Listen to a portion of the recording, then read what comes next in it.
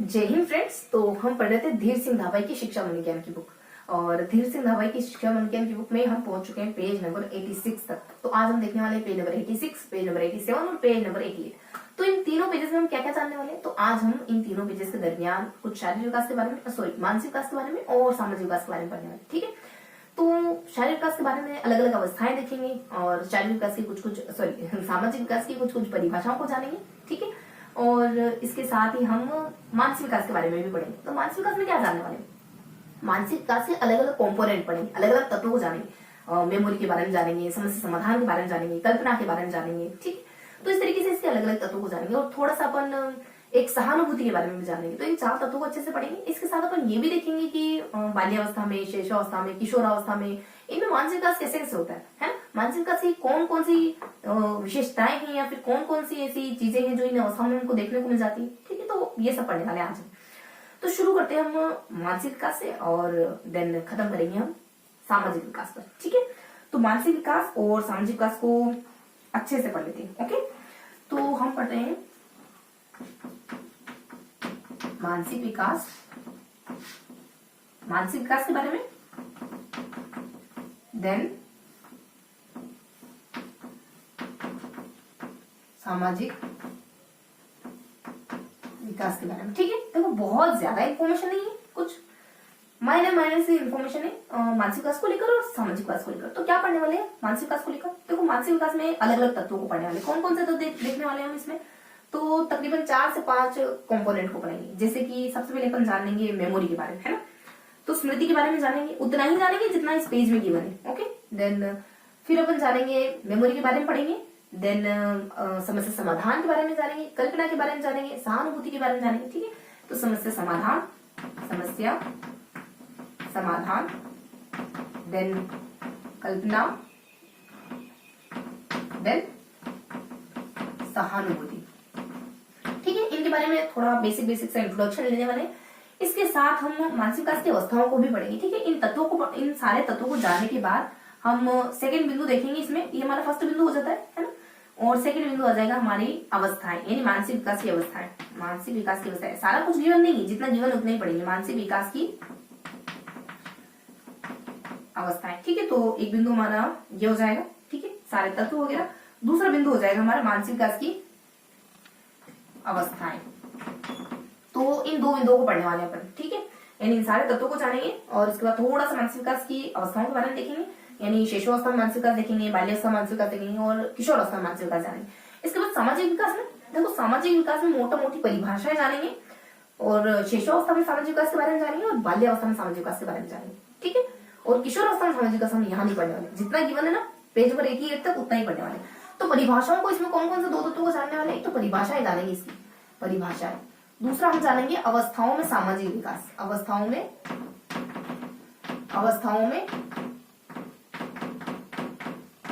एक सेकंड, थोड़ा सा मैं इसको अरेंज कर दूं फिर अच्छे से पढ़ते हैं, ठीक है। सामाजिक विकास, तो इन मुद्दों के बारे में आज पढ़ने वाले, ठीक है। तो कुछ मानसिक विकास के बारे में, स्मृति है, समस्या समाधान है, कल्पना है और सहानुभूति, ठीक है। स्मृति, समस्या समाधान, देन कल्पना, देन सहानुभूति। तो इन टॉपिक्स को पढ़ने वाले। मानसिक विकास में स्मृति, समस्या समाधान, कल्पना, सहानुभूति को पढ़ेंगे। इसके साथ मानसिक विकास की अवस्थाओं को जानेंगे। सामाजिक विकास में इसकी परिभाषाओं को जानेंगे, साथ ही साथ सामाजिक विकास की अवस्थाओं के बारे में जानेंगे, यानी शैशवावस्था में सामाजिक विकास कैसे होता है, बाल्यावस्था में सामाजिक विकास कैसे होता है, ये जानने वाले, ओके। तो फटाफट से शुरू करते हैं मानसिक विकास के साथ, ठीक है। तो देखो मानसिक विकास में, मानसिक विकास है ना। तो मानसिक विकास में हम मेमोरी के बारे में जानने वाले हैं और समस्या समाधान के बारे में जानने वाले, कल्पना के बारे में जानने। तो वो बहुत ज्यादा नहीं पढ़ना है, कल्पना के साथ हम थोड़ा सा सहानुभूति, इन चार कंपोनेंट को देखना है। देखो मेमोरी में क्या क्या जानेंगे? देखो मेमोरी में हम मेनली मेमोरी के तत्वों को जानेंगे, मेमोरी के मॉडल यानी सिद्धांत कौन कौन से इनको जानेंगे और एक थोड़ा सा चलन स्मृति के बारे में देखेंगे। और कुछ बच जाता है तो कुछ विद्वानों के नाम आएंगे, तो मेमोरी को लेकर कुछ कुछ बातें कहते हैं वो साथ देखेंगे। 3 बिंदु महत्वपूर्ण देखेंगे इसमें, यानी इसके मॉडल वगैरह, इसके तत्व वगैरह और एक थोड़ा सा चलन स्मृति का जिक्र करेंगे, ठीक है। 3 बिंदु देखने वाले। वहीं अपन ये हो जाएगा अपना मेमोरी की जस्ट बाद अपन देखेंगे कुछ थोड़ा सा समस्या समाधान के बारे में। देखो समस्या समाधान के बारे में क्या जानना है, समस्या समाधान के बारे में बस इतना ही जानेंगे अपन कि समस्या समाधान की डेफिनेशन क्या है, समस्या समाधान करने की विधियां कौन कौन सी हो सकती है। तो दो अलग अलग टाइप से इसकी विधियां पढ़ेंगे। और इसके साथ अपन थोड़ा सा अगर समस्या समाधान को और जानना चाहे तो इसके कुछ चरण डिस्कस करेंगे कि समस्या समाधान के स्टेप बाय स्टेप चरण क्या होते हैं। ठीक है, तो परिभाषा हो गया, प्रकार हो गया, चरण हो गया, इतना बच जानने वाला। ठीक है, मेमोरी में मॉडल वगैरह जानने वाले, मेमोरी की तत्व वगैरह जानने वाले, और थोड़ा सा चरण स्मृति का जिक्र करेंगे। तो मैं थोड़ा सा लिखती जाती हूँ कि हम स्मृति में क्या क्या पढ़ने वाले हैं। ठीक है, तो यहाँ हम देखेंगे इसके तत्व क्या क्या होते हैं, है ना, और इसके मॉडल को जानने वाले, और देन थोड़ा सा चलन स्मृति के बारे में जानना है। ठीक है, वही समस्या समाधान में सिर्फ 3 बिंदुओं को जाने, कौन कौन से, तो कुछ प्रकार है, परिभाषा है और चरण है। तो प्रकार को जान लेंगे थोड़ा सा, देन परिभाषाओं को जान लेंगे इसकी, और चरणों को जान लेंगे। ठीक है, इसके बाद थोड़ा सा अपन डिस्कस करेंगे कल्पना के बारे में। देखो कल्पना में क्या क्या पढ़ने वाले, ज्यादा कुछ नहीं, कल्पना की परिभाषा जानेंगे, बेसिक इंट्रोडक्शन, कल्पना के प्रकार जानेंगे, कितने प्रकार की कल्पना होती है, अलग अलग विद्वानों ने भी बताया, और एक जनरल प्रकार भी होता है कल्पना का। ठीक है, तो परिभाषाएं जान लेंगे, कल्पना के प्रकार वगैरह जान लेंगे, और बस इनफ है, परिभाषा है, देन प्रकार वगैरह। और कल्पना के कुछ प्रकार वगैरह हैं, कल्पना की परिभाषाएं वगैरह हो जाती है। ठीक है, इतना इनफ है। उसके बाद हम जान लेंगे प्रकार है, परिभाषाएं हैं, और कल्पना की विशेषताएं। तो कल्पना की विशेषताएं क्या क्या होती है ये भी जान लेंगे थोड़ा सा। ठीक है, तो ये कुछ 2-4 मुद्दे जिनको कल्पना के बारे में समझने की जरूरत है, जिनको लेकर के हम पढ़ेंगे। ठीक है, कल्पना जानेंगे, स्मृति है, समस्या समाधान है, कल्पना है। इसके बाद थोड़ा सा अपन सहानुभूति को भी देखेंगे। देखो सहानुभूति वैसे जनरली कभी पूछते नहीं है, लेकिन कभी पूछ ले तो सिर्फ इसकी परिभाषा है और प्रकार, बहुत इजी सी परिभाषा है इसकी, 1-2 परिभाषा रायबर्ड के द्वारा दी जाती है। प्रकार है, कुछ सक्रिय है, निष्क्रिय है, व्यक्तिगत है, सामूहिक है, इस तरीके से पढ़ने वाले। और देन अवस्थाओं पे आ जाएंगे। ठीक है, तो बाल्यावस्था, श्रेष्ठावस्था के बारे में पढ़ेंगे थोड़ा सा, और इसके बाद अपन बाल्यावस्था के बारे में पढ़ेंगे, और किशोरावस्था के बारे में पढ़ेंगे। इन तीनों ही अवस्थाओं में कैसे कैसे होता है एक मैंने माइंड में बनाया। ठीक है, कैसे कैसे विकास होता है, क्या क्या कोटेशन है, इसको लेकर के पढ़ने वाले। तो देखो मैं बताऊं मेमोरी के बारे में, तत्व कितने मेमोरी के, देखो 3 तत्व मेमोरी के 3 तत्व कौन कौन से शेयर करके ध्यान रखोगे, बस हल्का सा शेयर ध्यान रखोगे। जैसे कि स्टोर करना आ जाता है, इनकोडिंग जिसको अपन कूट संकेतन कहते हैं, और आर से कुछ रिट्राइवल करके आ जाता है, पुनर्प्राप्ति करना, रिवाइज करना, पुनर्प्राप्त करना है। 3 शेयर करके इसके हल्के से तत्व होते हैं। तो ये मेमोरी के 3 तत्व हो जाते हैं, यानी चीजों को इनकोडिंग करना, चीजों को पुनः प्राप्त करना और स्टोर करना, ये 3 तत्व हल्के से। मॉडल क्या है, देखो 2 मॉडल दिए हुए, कौन कौन से मॉडल है मॉडल में बताते हैं, एक तो बहुखंडीय मॉडल है और एक अवस्था मॉडल है। एटकिंसन और शिफ्रिन ने दिया है बहुखंडी, ये हमारा अवस्था मॉडल और बहुखंडी मॉडल, ये कुछ बेंडेले नामक विद्वान आते हैं उन्होंने दिया। ठीक है, तो 2 मॉडल आ जाते हैं। थोड़ा सा मैं लिखती चलूंगी, तो फटाफट से हल्का हल्का लिख लेते हैं इनके बारे में। एक ओवरऑल आइडिया तो लिखे आपको, ये पढ़ने वाले पर, तो थोड़ा सा अपन स्मृति को पढ़ लेते हैं अच्छे से। तो फर्स्ट बिंदु पढ़ने वाले हैं मेमोरी के बारे में। ठीक है, तो मेमोरी के तत्व कौन कौन से हो जाते हैं, मेमोरी के 3 तत्व हो जाते हैं। एक तो कूट संकेतन है ना, कूट संकेतन, बस लगभग हाफ एन आवर पढ़ेंगे अपन, है तो कूट संकेतन वगैरह हो जाता है। उसके बाद पुनः प्राप्ति, मतलब पुनः प्राप्त कर लेना, पुनः प्राप्ति वगैरह हो जाता है। और दूसरा हो जाता है अपने इनकोडिंग, यानी कि हाँ, और कुछ स्टोरेज, यानी इसको क्या कहेंगे अपन, स्टोरेज को क्या कहेंगे हिंदी में, भंडारण, है ना, तो भंडारण कहेंगे, भंडार कहेंगे। तो इस तरीके को थोड़ा सा मुंह हो रहा है, तो ये स्मृति के कुछ तत्व हो जाते हैं। और स्मृति में अपन दूसरा बिंदु देख लेते हैं कि स्मृति के मॉडल कौन कौन से होते हैं। देखो मॉडल 2 होते हैं, एक तो है अवस्था मॉडल, एक है बहुखंडीय मॉडल, बहुखंडीय मॉडल। ठीक है, 2 मॉडल है। अवस्था मॉडल कुछ एटकिंसन और शिफ्रिन ने दिया, एटकिंसन और शिफ्रिन, एस ध्यान रखोगे। बहुखंडीय मॉडल कुछ बेंडेले करके नामक विद्वान आते हैं, उनके द्वारा दिया जाता है। अब थोड़ा सा एक स्पेसिफाइड पॉइंट देख लेते हैं, चलन स्मृति। तीसरा बिंदु देख लेते हैं चलन स्मृति, ये हमारा फर्स्ट पॉइंट है, ये हमारा सेकंड बिंदु है, ये हमारा थर्ड। देखो चलन स्मृति के बारे में क्या जानना है, चलन स्मृति देखो इसमें ज्यादा कुछ नहीं देखना है। इसमें भी ऐसे कुछ विधान आते हैं, बेंडू करके एक विद्वान है, उनके द्वारा दी गई है, और ये 30 सेकंड तक आप इसमें कोई भी जानकारी स्टोर रख सकते हो। इसके 3 तत्व होते हैं। इसके 3 तत्वों में कौन कौन सी चीजें शामिल है, शब्द हो जाता है और दृश्य वगैरह हो जाता है, और एक लास्ट कुछ शब्द दृश्य, और कुछ तीसरा तत्व है जिसमें शायद कुछ, चलो तीसरा इसकी रखेंगे, थोड़ा वो यूनिक सा है, शब्द सेंटर, केंद्र करके। ठीक है, तो चलन स्मृति में बस एक विद्वान बी से कुछ बेंडुले मिलते जुलते ही है ना, तो बेंडेले को ध्यान रखेंगे। 30 सेकंड तक सूचनाएं स्टोर वगैरह कर सकते हैं। और इसके 3 तत्व हैं, 3 तत्व देखना, सुनना, देखना, केंद्र। सेंटर में सुनो, सेंटर में देखो, सेंटर में बैठ के आप सुन भी सकते हो चीजों को, आसपास की चीजों को देख भी सकते हो, ध्यान रखेंगे ना, केंद्र में बैठ करके आसपास की चीजों को सुन भी सकते हो, देख भी सकते हो। इस तरीके से कुछ मेमोरी के बारे में पढ़ना था जो हमने पढ़ लिया। और चौथा पॉइंट थोड़ा सा ध्यान रखेंगे, कुछ 4-5 बिंदु और आने वाले जिनके बारे में हमको जानने की जरूरत है। 4-5 बिंदुओं में क्या होता है, देखो एक तो हल्की हल्की सी इन्फॉर्मेशन है, तो जैसे कि कुछ निष्क्रिय स्मृति के बारे में कौन बात करता है, सक्रिय स्मृति के बारे में कौन बात करता है। इसके अलावा एक द्विखंड सिद्धांत करके है, पेव्यू के द्वारा दिया गया, उसके बारे में बात है ना। तो देखो निष्क्रिय कौन कहता है स्मृति को सक्रिय कौन कहता है, और द्विखंड सिद्धांत किसका है, एक किताब है और एक सूत्र वगैरह आ जाता है। एक सूत्र है अपने SQR4, ये सूत्र किसने दिया, एक किताब है अपनी मेमोरी किताब है, वो किसने लिखी। तो ये बेसिक सी बात है। निष्क्रिय कहने वाले एबिंगहास है और सक्रिय कहने वाले बहुत से, जैसे मिल्टन है, मिलर है और कुछ अपने जिनसन है और इरविन करके हैं, इस तरीके से कुछ और एफ से अपने कुछ फिल्टर करके। तो कुछ ऐसी ध्यान को थोड़ा सा ट्रिक बताऊं ना, तो MFMJE है ना, इस तरीके से बहुत सारे नाम है, वो ज्यादा ध्यान करने की जरूरत है नहीं। उसके बाद यहाँ अपने द्विखंडात्मक, ये पेव्यू, यहाँ ध्यान रखेंगे, पेव्यू नहीं दिया है ना, 2 पाँव होते हैं द्विखंडात्मक पेव्यू। द्विखंड करके मतलब द्विखंडात्मक, देखो द्वि करके कुछ है, खंडात्मक में एक्यूरेट नहीं कह सकते, लेकिन हाँ पेव्यू के द्वारा दिया गया वो सिद्धांत। अब यहाँ देखेंगे अपन SQR4 देखो, एस से हम स्टोरेज कह देंगे, R से भी R4 होता है, Q से देखो हम क्वेश्चन है, S से सर्वे, देखो S से सर्वेक्षण करना है, यानी कि सर्वे करना है, ठीक है। और R4 में बहुत सारी चीजें हैं, वो रिसाइट करना है, रिव्यू करना और रिकॉल तो नहीं, रीड करना, इस तरीके से बहुत ज्यादा नहीं, एक रीड करना आता है इसमें, एक रिसाइट करना आता है, एक रिफ्लेक्ट आता है और एक रिव्यू आता है, ये चारों आ रहे हैं ना। और ये इसके बाद अपन देखेंगे थोड़ा सा मेमोरी किताब किसने लिखी। तो मेमोरी किताब लिखने वाले एक बार्टलेट करके, बहुत लेट हो गए, पहले लिख रहे थे उनको, तो बार्टलेट करके एक विद्वान है जो मेमोरी में किताब लिखते हैं, ठीक है। तो ये सब देखने वाले स्मृति के बारे में। तो ये हमने सारा कुछ स्मृति के बारे में जान लिया। अब मैं आपको थोड़ा सा बता दूं मेटा संज्ञान क्या होता है। अब यही डिस्कस है, तो यही डिस्कस किया हुआ है बुक में, तो मैं भी आपको यही बता देती हूँ। देखो मेटा संज्ञान क्या, तो ध्यान रखना, मेटा संज्ञान के सिद्धांत का प्रतिपादन एक वेल्ले नामक कुछ फ्ले वेल्ले करके विद्वान, वेले मतलब खाली बैठे हो तो सोचता मेटा संज्ञान के सिद्धांत नहीं। तो मेटा संज्ञान वेले बेटा क्या है, वेला है, XYZ का बेटा वेला है, तो मेटा संज्ञान सिद्धांत वेले के द्वारा दिया जाता है, ये बताते हैं। और इसमें होता क्या है, इसमें इसका संबंध सूचना प्रक्रमण से, इतना आप ध्यान रखिए, इसका संबंध सूचना प्रक्रमण से, बस इतना ध्यान रखना।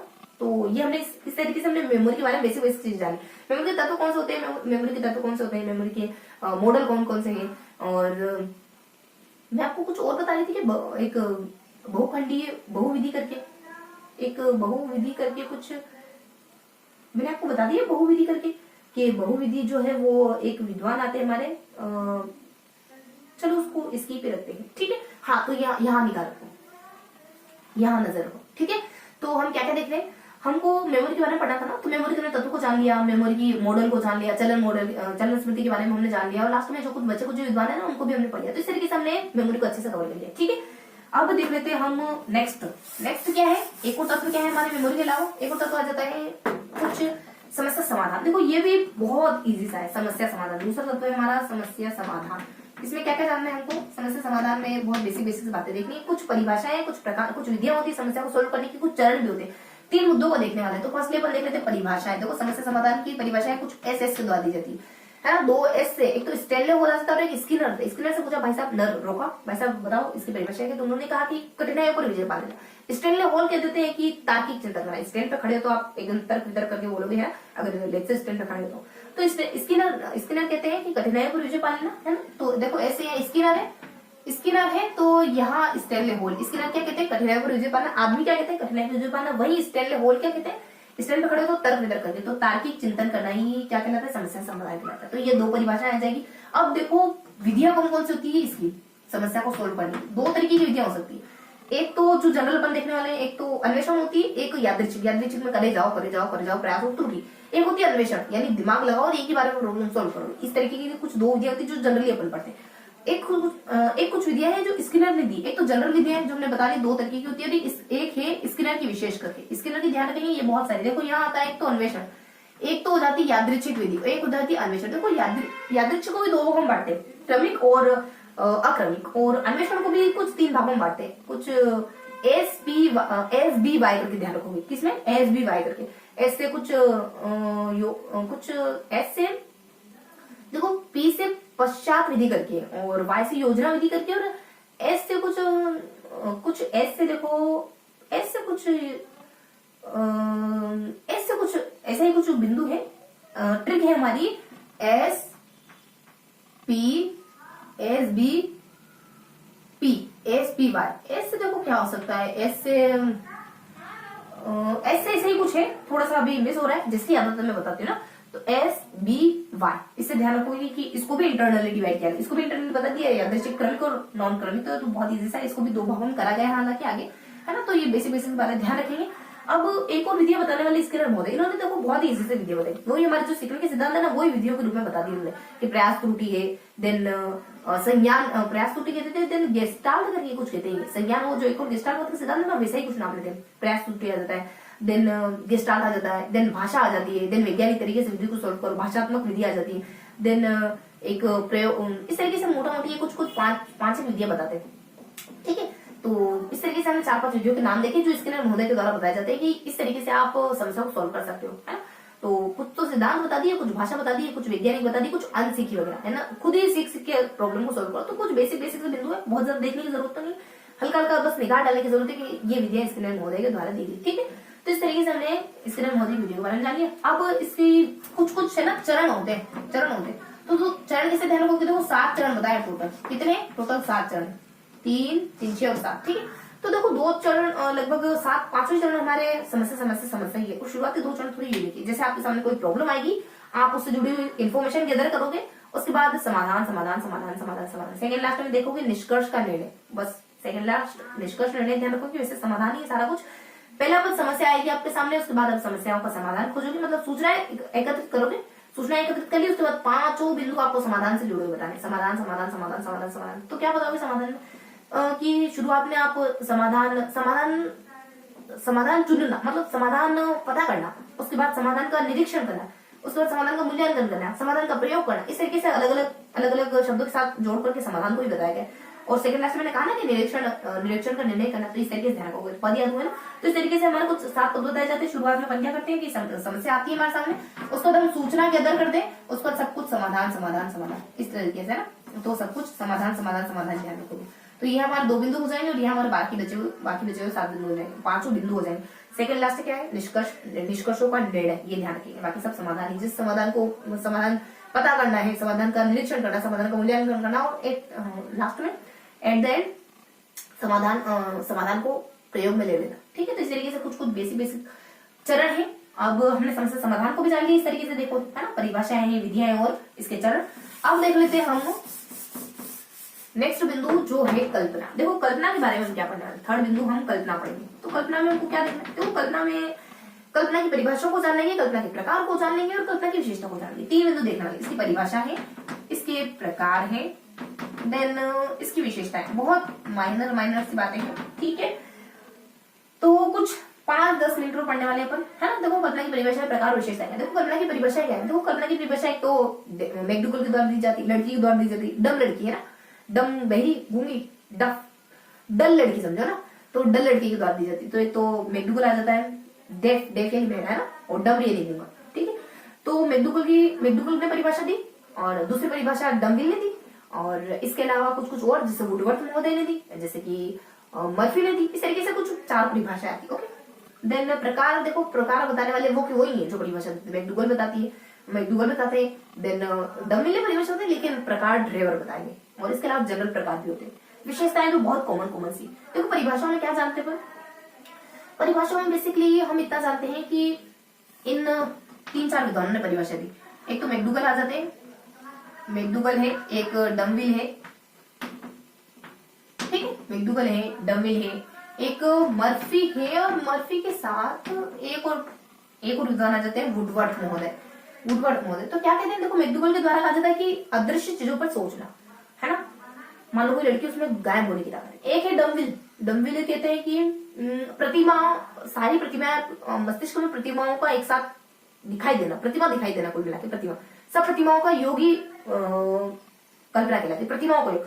डम लड़का क्या होता है, एकदम स्टैचू बन के खड़ा हो जाता है, कुछ पूछो कुछ नहीं, ये भी जवाब नहीं, ये भी जवाब नहीं, किसी क्वेश्चन का आंसर नहीं देता, डम बच्चा, है ना, डल बच्चा।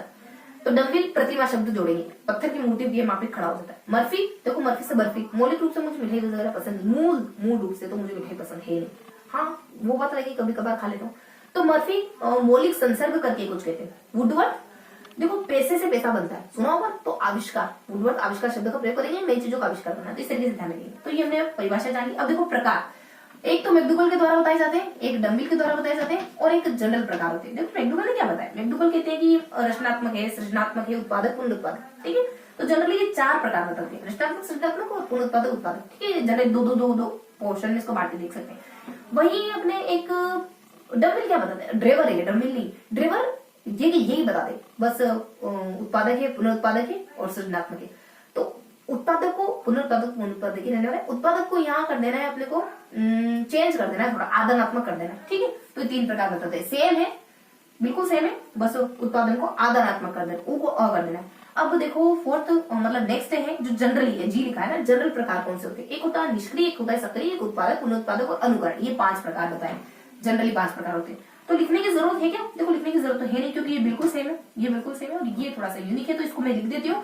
5 प्रकार कौन कौन से हैं, तो इस तरीके से अपन देखें तो शुरुआत में यहाँ हुई कि सक्रिय हो जाती है, निष्क्रिय हो जाती है, उत्पादक हो जाती है, पुनरुत्पादक हो जाती है ना, और यहाँ पे अनुकरण वाली हो जाती है, ठीक है। और इसके प्रकार भी कौन से, दो पोर्शन में बांट के देखे ना, तो यही एक है हमारा रचनात्मक, एक उत्पादक और पुनरुत्पादक, और यह रचनात्मक और सृजनात्मक, ठीक है। ये सृजनात्मक को भी 2 भागों में बांटते हैं, एक तो होती सौंदर्य वाली, कार्यपरक। सृजनात्मक यानी सौंदर्य वाली जो मन गढ़ंत ख्याली पुलाव पकाते हो, और एक कार्य साधक पुल बनाना, बांध बनाना, ये सब, ठीक है। और इसे देखो यहाँ देखो ड्रेवर ने 3 कौन से दिए, ये कि यही है उत्पादक और पुनरुत्पादक और सृजनात्मक, है ना। बस इन्होंने ये वाला पोर्शन यानी रचनात्मक नहीं बताया, और एक का नाम चेंज कर दिया, तो यहाँ लिख देती हूँ आदानात्मक, तो उत्पादन को ऊ को इन्होंने अ कर दिया, ठीक है। तो इस तरीके से ध्यान रखेंगे। अब इसके विशेषताओं के बारे में जानते हैं। देखो जानते हो उत्पादक का मतलब कुछ नई चीजों का, नवीन चीजों का निर्माण करना, और पुनरुत्पादक तो मतलब खाली मेमोराइज करना, स्मृति को भी पुनरुत्पादक कल्पना कहते हैं, ध्यान रखेंगे। रचनात्मक जानते हो किसी नई चीज को बनाना, सृजनात्मक कविता, कहानी, इन सब की रचना करना, ये सब। अनुकरण में आप दूसरे की अनुकरण करते हो, वो वाली कल्पना अनुकरण करते हो, फॉलो करते हो। विशेषता क्या होती है, आई ए ट्रिक से ध्यान रखोगे, विशेषता REA, इस ट्रिक से आप विशेषता को ध्यान रखोगे। आ से मतलब कि आ से रचनात्मक, आ की मात्रा है, ई से ध्यान रखोगे, प्रतिमा भी शामिल होती है, ए से ध्यान रखोगे, ये संकेत मतलब सांकेतिक क्रिया है, संकेतिक क्रिया इस तरीके से आता है कुछ, और ए से प्रेरित क्रिया, संकेत क्रिया है, प्रेरित क्रिया है, ए से, और ई से प्रतिमा शामिल होती है, और आ से रचनात्मक, इस तरीके से आइए ट्रिक से ध्यान रखोगे, ठीक है। तो ये हमने कल्पना के बारे में जान लिया। मैंने कहा था सहानुभूति सिर्फ जिक्र भर करना है, तो सहानुभूति में क्या है, देखो कुछ नहीं है सहानुभूति में इतना भर बताना है कि एक विद्वान होते हैं रायबर्ड कहते हैं कि दूसरों के एहसास की या फीलिंग इमोशन की हम में उत्पत्ति ही क्या कहलाती है, कल्पना कहलाती है, हम में उत्पत्ति हो जाना। इसके बाद प्रकार देखो कुछ बहुत बेसिक से प्रकार है, जैसे कि व्यक्तिगत हो जाता है, सामूहिक हो जाता है, और इसके अलावा सक्रिय, निष्क्रिय, है ना। तो सक्रिय है, निष्क्रिय है, देन व्यक्तिगत है, देन सामूहिक है। देखो सक्रिय में, निष्क्रिय में क्या करते हो, हाय भूखा, लेकिन खाना नहीं दोगे। सक्रिय में भूखे को देख के तुरंत अपनाने वाला भी उसको, अपने हिस्से का खाना भी उसको दे दोगे, ठीक है। इस तरीके की सक्रिय सहानुभूति होती है। व्यक्तिगत और सामूहिक तो बहुत इजी होंगे। व्यक्तिगत किसी एक व्यक्ति विशेष की तरफ आपकी सहानुभूति की फीलिंग है, और एक समूह विशेष की तरफ है। तो ये हमने कुछ चारों कंपोनेंट जान लिए, है ना। तो बस अब फिनिश करते हैं। तो हमने चारों कंपोनेंट जान ली मानसिक विकास की। अब थोड़ा सा हम अलग अलग अवस्था में मानसिक विकास पढ़ेंगे, थोड़ी अलग अलग अवस्था में सामाजिक विकास के साथ सेशन फिनिश करते हैं, ठीक है। तो मानसिक विकास के तत्व जानिए। अरे मानसिक विकास भी हमने रख पढ़े, कोई दिक्कत नहीं। तो हम मानसिक विकास पढ़ रहे थे ना,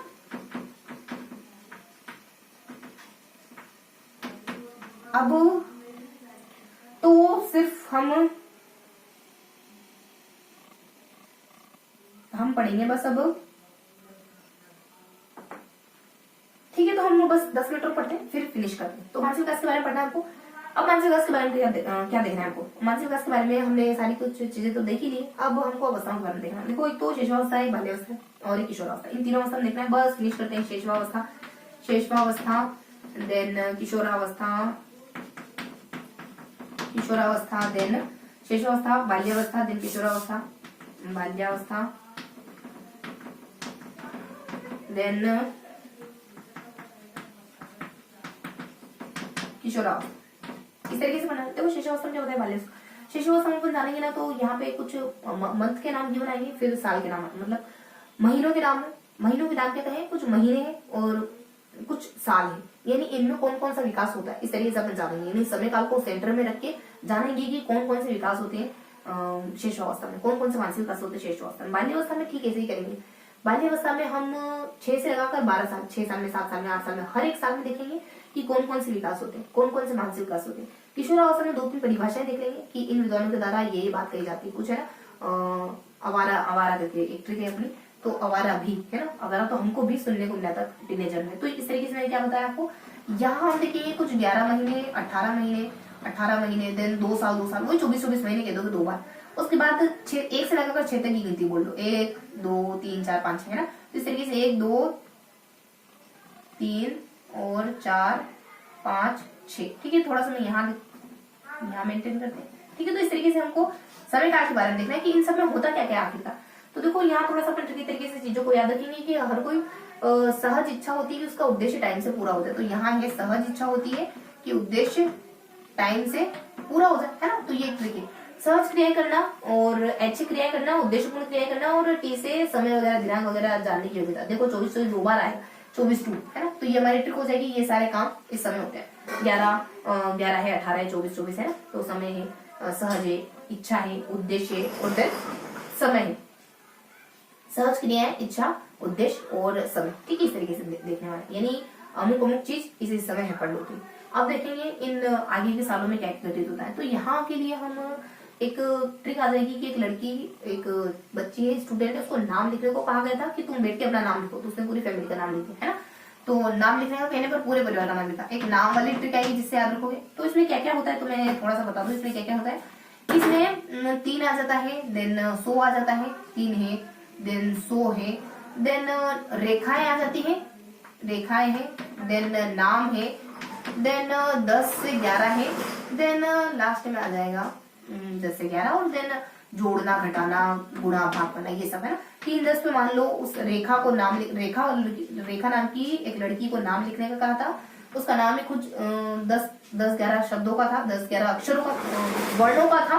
इसके साथ साथ उसने प्लस करके अपने परिवार का नाम भी जोड़ दिया, ठीक है। तो इस तरीके से कुछ थोड़ा सा चीजों को इधर उधर अरेंज करके याद रखने की कोशिश करेगी कि कोई रेखा नाम की लड़की, उसको नाम लिखने का कहा हमने, तो उसने अब 10-12 शब्दों का तो उसका खुद का नाम ही था, ये वो कंप्लीट करा। उसके बाद उसके पूरे परिवार का नाम भी लिख दिया, ठीक है। तो इस तरीके से हल्का हल्का जानेंगे। कोई स्टूडेंट है, छोटी बच्ची है, तो नाम लिखने को कहा था तो पूरी फैमिली का नाम लिख दिया, बस इतना जानेंगे। अब थोड़ा सा बाल्यावस्था के बारे में, किशोरावस्था के बारे में देखते हैं। देखो बाल्यावस्था में यहाँ 6 7 8 9 10 11 और 12 फिनिश करेंगे, बस बहुत ज्यादा नहीं, फिनिश करते। क्या होता है बाल्यावस्था में, इन समय में कुछ अलग अलग घटनाएं होती है। वो क्या होती है, एक समझदार लड़की अगर उसकी संगत में रहे ना तो तुम्हारे बारे में हो जाएगा, मतलब तुम्हारा भी कल्याण हो जाएगा, एक समझदार लड़की। तो यहाँ पे समझदार लड़की वाली ट्रिक है, समझदार लड़की वाली। अब समझदार लड़की वाली ट्रिक है, समझदार लड़की वाली ट्रिक है। देखो बेसिक से बात ध्यान रखोगे कि वो गणित में अच्छी, रीजनिंग में अच्छी, टाइम से उठती, टाइम से सोती, नियमों से जिंदगी चलती उसकी।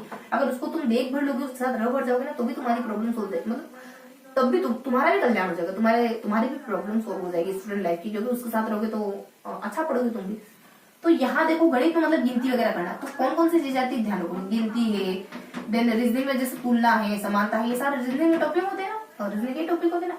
तो गिनती बोलना है, उसके बाद तुलना करना, समानता करना है, और उसके बाद वो लड़की कौन है, कविता है, और फिर बता देंगे अपन कविता, गिनती करना, तुलना करना, कविता करना, और समय वगैरह बताना, समय से उठना वगैरह है, और नियमों से जिंदगी चलती है। और इसे अगर तुमने सिर्फ निरीक्षण भी कर लिया ना उस लड़की का, तो तुम्हारा क्या हो जाएगा, यहाँ के देते हैं कि निरीक्षण भर कर लिया तो तुम्हारी सारी प्रॉब्लम सोल्व हो जाएगी, समस्या समाधान हो जाएगा, ठीक है। वो गिनती मतलब वो गणित में अच्छी है, रीजनिंग में अच्छी है, कौन कविता, अगर उसके समय उसके और जिंदगी उसकी, और टाइम से उठते उसकी जिंदगी नियमों से चलती है, नियम कायदे कानून सिद्धांतों से चलती है। इसके साथ अगर तुमको रहने को मिल गया ना, उसको ऑब्जर्व करने का, निरीक्षण करने का मौका मिल गया, तो तुम्हारी सारी समस्या सोल्व हो जाएगी। बस इस तरीके से थोड़ा सा चीजों को अरेंज करो माइंड में और याद रखने की कोशिश करो, ठीक है। एक लड़की बहुत ज्यादा इंटेलिजेंट है और उसके साथ तुमको रहने को मिल गया ना, तो स्टूडेंट लाइफ में तुम्हारी भी सारी प्रॉब्लम सोल्व हो जाएगी, ठीक है। मान लो हॉस्टल वगैरह, तो इस तरीके से हमने कुछ शब्दों को याद रखने की कोशिश करी।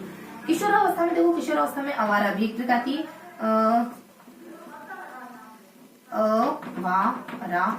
आवारा तो हमको भी सुनने को मिला। तो एलिस क्रो है, वुडवर्थ है, रोश है और ब्लेयर है। इन्होंने क्या क्या कहा है मानसिक विकास में, किशोरावस्था में होने वाले मानसिक विकास को लेकर। देखो एलिस क्रो ने कहा है कि ये ना पक्षपातपूर्ण चिंतन करते हैं इस वक्त बच्चे, और वुडवर्थ कह देते हैं कि रोश कह देते हैं यथार्थ चिंतन करते हैं, ब्लेयर कह देते हैं कि क्षितिज तक पहुंच जाता है इनका चिंतन, और वुडवर्थ पैसे है ना, वुड का वर्थ मतलब क्या था, पैसे, तो 10-12 साल तक चिंतन अच्छा विकसित हो जाता है बच्चों में। तो कुछ बेसिक बातें इनके द्वारा कही जाती है ना, लिखने की जरूरत तो है नहीं। तो इस तरीके से हमने मानसिक विकास को कंप्लीट कर लिया, ये मानसिक विकास हमारा कंप्लीट हो गया। किशोरावस्था में देख लिया मानसिक विकास, किशोरावस्था मानसिक विकास तो देख लेने की नहीं, दो बातें आती किशोरावस्था में। देखो थोड़ा सा मैंने रफ तो कर दिया, लेकिन अब मैं बता देती हूँ किशोरावस्था में मानसिक विकास में क्या, तो एक दो बातें और क्या आ जाती है, 3-4 विद्वानों के नाम आएंगे। क्या क्या है कि दरवाजे पर कौवा बैठा हुआ है और वो इंसानों को, और दरवाजे पर अरस्तु बैठे हुए हैं और वो इंसानों को और कौवे को आपस में लड़ते हुए देख रहे हैं, मतलब जानवरों को और इंसानों को आपस में लड़ते हुए देख रहे हैं, किसी चीज को लेकर मान लो वो आपस में लड़ रहे, झगड़ रहे। इस तरीके से देखेंगे तो दरवाजे पर यानी गेट पर अरस्तु, एक ट्रिक है ना, अरस्तु मनुष्य वर्सेस जानवर को आपस में लड़ते हुए देख रहे हैं। ठीक है, ये हमारी ट्रिक है। तो देखो गेरेट कहते हैं कि वंशानुक्रम से आगे कोई जा ही नहीं सकता, किशोरावस्था के बारे में कहते हैं।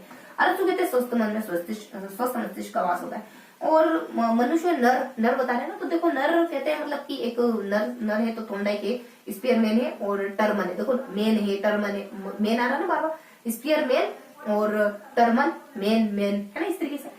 तो देखो ये क्या कहते हैं कि 16 साल में होता है विकास, और मतलब 19 साल तक विकास होता है, 16 साल तक होता है, 16 मतलब किशोरावस्था का समय काल ये कुछ 19 साल मानते हैं, फिर 16 साल मानते हैं, फिर 16 साल मानते हैं, मतलब बुद्धि का विकास का समय काल। ठीक है, बुद्धि का, इसका बुद्धि का विकसित होती है 19 में होती है, 16 में होती है, 16 में होती है। कौन, डाई है, स्पेयरमैन है और टर्मन है, सॉरी, तो थोंडाइक है और स्पेयरमैन है और टर्मन है, सारे मतलब आदमी मेन आ रहा ना, तो मनुष्य से ये सारी बातें ध्यान रखेंगे।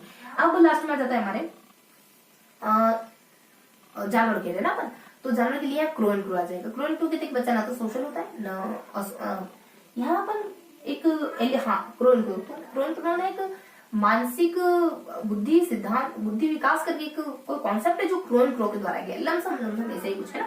तो थोड़ा सा इन फैक्ट्स को भी ध्यान रखेंगे। ओके, देन अब देख लेते हैं अपन थोड़ा सा सामाजिक विकास, देन फिनिश करते हैं। ओके, देन सामाजिक विकास के बारे में, हाँ तो बस अब 1-2 मिनट में फिनिश कर रहे हैं। तो सामाजिक विकास में हमको क्या देखना है, अब हमारा टॉपिक बदल जाता है, टॉपिक आ जाता है हमारा सामाजिक विकास। तो वो टॉपिक क्या है हमारा, सामाजिक विकास। अब एक बार किताब पढ़ोगे ना, पीडीएफ प्रोवाइड करा दूंगी टेलीग्राम पर, एक बार पढ़ोगे तो सारी चीजें बढ़िया से याद हो जाएगी, बस 5 मिनट लगेंगे इसको तो पढ़ने में। सामाजिक विकास की देखो परिभाषाएं आती है जिनको याद करने की एक ट्रिक होती है। इसके बाद अलग अलग अवस्थाओं में सामाजिक विकास, जैसे कि शेषावस्था में देखेंगे और बाल्यावस्था में जानेंगे, बस 2 ही अवस्था में जानने वाले हैं। तो शेषावस्था में देखेंगे और बाल्यावस्था में जानेंगे, बस फिनिश करते हैं। देखो परिभाषा में क्या क्या आ जाती है, परिभाषा में देखो RAS हक, ह, क और F को साइलेंट कर लेंगे। RS का हक है तो तुमको शफर करना पड़ेगा, यहाँ C को साइलेंट करेंगे। RS का हक है डांटने का, अगर तुमको डांट से दिक्कत या परेशानी है तो तुमको सहना तो पड़ेगा, है ना। RS के नीचे अंडर कोई काम कर रहा है, मान लो कोई उसके अंडर कोई बाबू वगैरह है ना, कोई क्लर्क वगैरह है ना, तो उसके जो अंडर काम कर रहा है बहुत ज्यादा परेशान होकर की, तो बहुत ज्यादा ऑर्डर लगाते हैं जो नए SDM DM सब आए हो, ठीक है, तो खंड अधिकारी जो भी आए हो। तो ये RS का तो हक है डांटने का, अगर तुमको दिक्कत हो रही है तो दिक्कत तो सहनी पड़ेगी। तो नौकरी है तो तुम छोड़ तो सकते नहीं हो, छोड़ सकते हो तो छोड़, तो सफर तो तुमको करना पड़ेगा, स्ट्रगल तो करना पड़ेगा, ठीक, और सुनना तो पड़ेगा अपने से, मतलब कि अपने से ऊपर वाले अधिकारी को सुनना तो पड़ेगा, ठीक है। तो RS कहा के डांटेगा तो तुमको सफर तो करना ही पड़ेगा। देखो रोज के द्वारा क्या कहा जाता है, रोज के द्वारा सामाजिक विकास के बारे में कहा जाता है कि हम भावना, हमको गुस्सा आ गया। देखो रोज यानी जो अपने आप को हम कहता है ना, वो जब मैं सुनता है ना लोगों को अपने आप को मैं कहते हैं तो उसको गुस्सा आता है। तो रोज हम भावना, और ऐसे एक आ जाता है एनकिन कहते हैं, एल्किन्स करके एक विद्वान होते हैं, एल्किन्स करके वो कहते हैं कि इससे ना आत्मनियंत्रण की भावना। तो कौन कहता है नियंत्रण, किसने कही ये बात की नियंत्रण आ जाता है। आत्मनियंत्रण इतना सरल थोड़ा ना होता है, साधु पूरे जीवन को बिता देते हैं आत्मनियंत्रण, सेल्फ कंट्रोल सीखेंगे। तो ऐसा आ जाता है अपने सोरेनसन ध्यान रखेंगे, एक सारे आते सारे ध्यान रखेंगे कि प्रथम संपर्क से सामाजिक विकास होता है। देखो सारे तुम ऐसे पूरी रात गुजार दी तुमने बातों में, तुम सभी दोस्तों ने मिलकर ऐसे रात गुजार दी बातों में, जैसे कि पहली बार मिले। तो प्रथम संपर्क से स्थापित होता है सामाजिक विकास।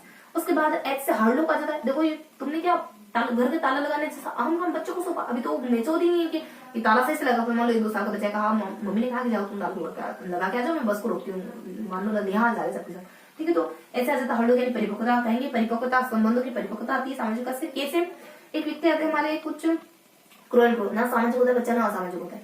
अब आ जाते हैं एफ हमारा साइलेंट कर दिया। फ्री में कहते हैं कि सहयोग, अगर तुम फ्री हो तो सहयोग दे दो, सहयोग की भावना। उसके बाद कुछ आ जाता है शफर वगैरह, तो बस थोड़ा सा और देखेंगे तो शफर वगैरह आ जाता है।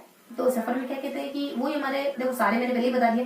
और देख लेते हैं स से सोरेसन कहते हैं कि भली बात ही व्यवहार करना है, भली बात ही व्यवहार करना ही सामाजिक विकास कहलाता है। तो ये हमारे सोरेसन ही मेरे बेटे ने कहा भली बात ही व्यवहार करना मेरे बेटे को अच्छे से आता है। तो सोरेसन और भली बात सहन और व्यवहार। अब एस से हर लोग वाली बात मैंने पहले बता दी, परिपक्वता। एफ से फ्रीमैन और फ्रांसिस आ जाता है, और एक और यहाँ पे एफ से फ्रीमैन तो बता दिया, फ्रांसिस आते हैं। फ्रांसिस कहते हैं कि सुधार, क्रमशः सुधार, ठीक है। तो फ्रांसिस ही हमारे यहाँ आए ना तो सुधार के लिए, ब्रिटिशों की तरह लूट के नहीं किया नहीं किया, बस हमको बताना है। एक और एफ से आ जाता है हमारा कुछ चाइल्ड करके, तो सी से आता है, और एक और एफ से शेफर। एक और एफ से हमारा एक तो फ्रीमैन हो गया, एक फ्रांसिस हो गया है, एक फ्रीमैन बता रही मैंने। फ्रीमैन एक और बात कहते हैं, फ्रीमैन कहते हैं कि परिपक्व परंपराओं को सीखना और समाज की परंपराओं को सीखना। फ्री तो टीनेजर जनरल क्या कहते हैं, हमको ना इन परंपराओं से मुक्त कर दो, फ्री कर दो। अब सी से चाइल्ड द्वारा एक मानक व्यवहार किया जाना सिखाते हैं लोग हमको। तो मानक व्यवहार परिवर्तन मनुष्य से, हाँ ठीक है। हाँ तो चाइल्ड कहते हैं कि मानक व्यवहार करना आता है हमको, इससे सामाजिक विकास से मानक व्यवहार करना आता है। तो ये चाइल्ड नहीं, ये जो बच्चा है ना, ये बहुत स्टैंडर्ड बच्चा है, मतलब इसको सब फॉलो करते हैं कि ये कैसे कर रहा है वैसे करो। कक्षा में एक बच्चा होता है ना बहुत समझदार होशियार बच्चा, तो जैसे जैसे मतलब ऐसा समझो कि कुछ कुछ बच्चे ऐसे होते हैं ना कि हमारे उनको उदाहरण देते हैं इनके जैसे बनो, उनके जैसे बनो। तो वो स्टैंडर्ड बच्चे होते हैं, कुछ कुछ सोसाइटी के कुछ स्टैंडर्ड बच्चे होते हैं, उनके जैसा बनने को उनको कहा जाता है। अब बस, और हमारा ये सफर आर साइलेंट हो जाएगा, ठीक है। तो इस तरीके से हमने परिभाषा को याद करने की कोशिश करी, कुछ कुछ नाम बताया मैंने आपको, और इनके द्वारा दी गई परिभाषा होती है। शिशुअवस्था, बाल्यावस्था, सामाजिक विकास कैसे होता है, देन फिनिश करते हैं कि कैसे होता है शिशुअवस्था और बाल्यावस्था में शारीरिक विकास। देखो शिशुअवस्था के इसके शारीरिक विकास को ध्यान रखने के लिए कुछ समय काल की मैंने, तो यहाँ पे ना कुछ 1 से लगाकर लगभग 6 साल तक आपको समय काल ध्यान रखना होगा, और कुछ महीने ध्यान रखने होंगे, जैसे कि 3 माह में, है ना, 4 माह में, 5 माह में और 9 माह में। शुरुआत में तो ऐसे कहोगे, फिर 1 2 3 और 4 5 6 इस तरीके से कहोगे। तो इनमें क्या क्या होता है, देखो यहाँ कह देते हैं कि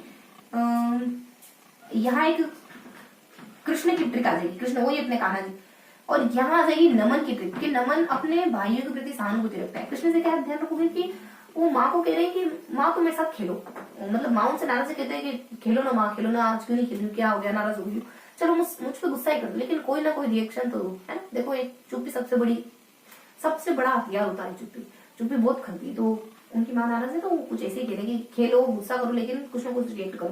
तो माँ के साथ माँ को पहचानना वगैरह, है ना, माँ को पहचानना और खेलना वगैरह, ये सब क्रमशः बता देते हो, क्रमशः बताना है हमको ना, खेलना माँ के साथ, मतलब माँ को पहचानने लगना और खेलना वगैरह है। और देन गुस्सा कर दो तो प्रेम और क्रोध की भावना वगैरह, कुछ हाव भाव तो करो तो हाव भाव वगैरह आ जाता है, ठीक है। तो कृष्ण की प्रकार नमन अपने भाई के प्रति सहानुभूति रखता है। न म न, देखो ये न मना करना, म ना, और ये खेलना, सामूहिक खेल खेलना, मना है जो काम मना करते वो नहीं करते। म से सामाजिक सहानुभूति, है ना, तो नमन हो गया। सहानुभूति रखता भाई के प्रति, तो ये सहानुभूति हो जाएगा, अगले में सहानुभूति आ जाएगा, सहानुभूति की भावना कितने भाइयों के प्रति, तो भाइयों के प्रति लगाव का भाव, और मित्र बनाना, मित्र और भाइयों दोनों के प्रति सहानुभूति रखता है, तो भाइयों के प्रति लगाव का भाव और मित्र बनाना। इस तरीके से ये जो सारी बातें बताई ना, ये एक एक सन में आपको अप्लाई कर देनी है, इसमें ये है, इसमें ये, इसमें लागू करनी, ठीक है। अब बाल्यावस्था में क्या होता है, बाल्यावस्था में समझदार लड़की अनु की ट्रिक आ जाएगी कि अनु अब शर्माना और ईर्ष्या करना, ऐसी गलत आदतें छोड़ करके योगा एक्सरसाइज की तरफ अपना ध्यान लगा रही, ठीक है। क्योंकि वो खुद से प्यार करती है, खुद से, देखो खुद से प्यार करना बहुत बड़ा टर्म है। आप अपने आप से प्यार करो, यानी गांधी जी कहते हैं दूसरों में जो चेंजेस देखना चाहते हो पहले अपने आप से शुरू करो। तो अनु नाम की लड़की अब अपने आप से प्यार करने लगी और उसका ध्यान अब योगा की तरफ जा रहा है, अपने मतलब कि अपने बारे में सोचने लगी और योगा एक्सरसाइज में